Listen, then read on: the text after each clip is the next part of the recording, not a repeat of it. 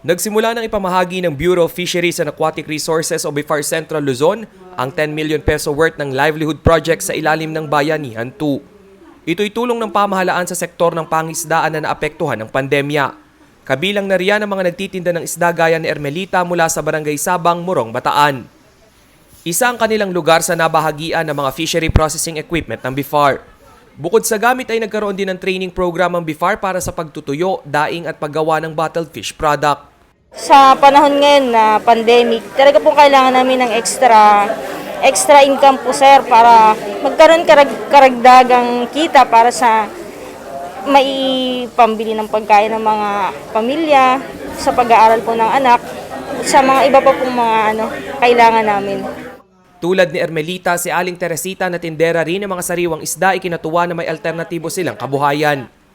Importante po yung sa aming pagtatapa, lalo't ala po kaming islang sariwa.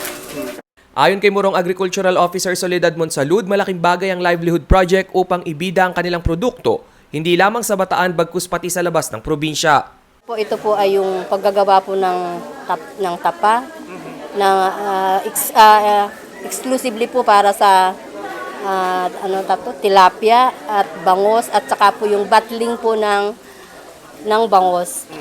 Ito pong project na ito ay wala pong cash out, kundi lahat po ay in materials, equipments at saka yung pong raw materials.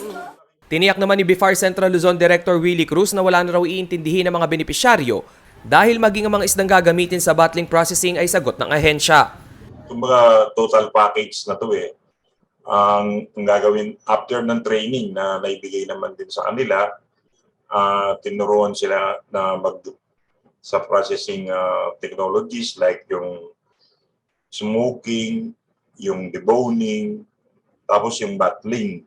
So, most of the associations na mga kababaihan ito ay walang dahilan para hindi sila kumita. Nakipag-ugnayan na rin ang BFAR sa mga local government unit para sa transportasyon at promosyon ng mga produkto. Sa marketing naman ay nakaalalay naman yung mga LGUs para doon sa promotion ng kanilang mga products. Samantala, umiikot na rin ang BFAR sa ibang mga bayan at syudad sa gitnang Luzon upang mamahagi ng gamit para sa pagsisimula ng kanilang fish processing business. Kabilang sa mga nakatanggap ng tulong ay ang Orani sa Bataan at Olongapo City. Rainiel Pawid, CLTV News.